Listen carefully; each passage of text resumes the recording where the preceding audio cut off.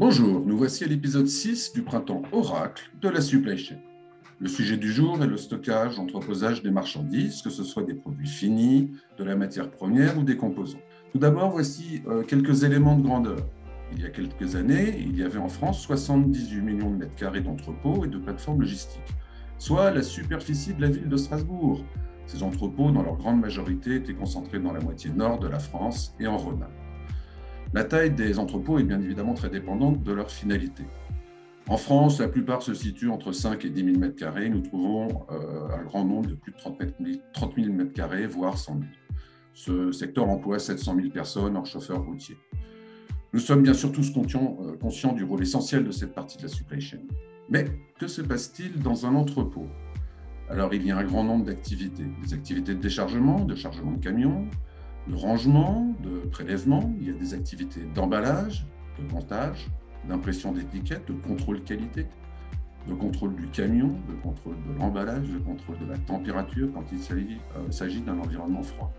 Bref, une foule d'activités diverses, unitaires dans le cadre du e-commerce, en masse dans le cadre d'une relation B2B. Mais ce qu'il faut surtout avoir en tête, c'est que ce sont des millions de cartons, de plusieurs dizaines, voire des centaines de camions par jour, des dizaines d'allées, des millions d'alvéoles, des millions d'étiquettes. Imaginez-vous dans un entrepôt de 5000 m². Vous entrez. Vous voyez environ 10 allées avec 6 hauteurs d'étagères par allée. Cela commence à faire un certain nombre de combinaisons.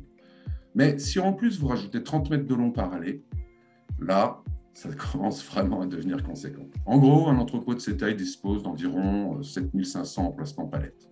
Mais en plus, si vous faites du e-commerce, généralement, les emplacements sont souvent beaucoup plus petits, donc il y en a beaucoup plus. Plus d'allées venues, plus de tout. Bon, soyons rassurés, les technologies d'aujourd'hui nous aident beaucoup dans cette gestion du quotidien et viennent largement épauler l'homme dans son travail. Les métiers de la logistique, que l'on parle de stockage ou de transport, nécessitent énormément de flexibilité, de données, des reconfigurations fréquentes. Il est évident que cette tendance va continuer à s'accélérer encore plus. Cela amène quelques questions. Comment simuler mes flux de circulation? Puis-je mieux prédire dans quel lieu positionner mes marchandises?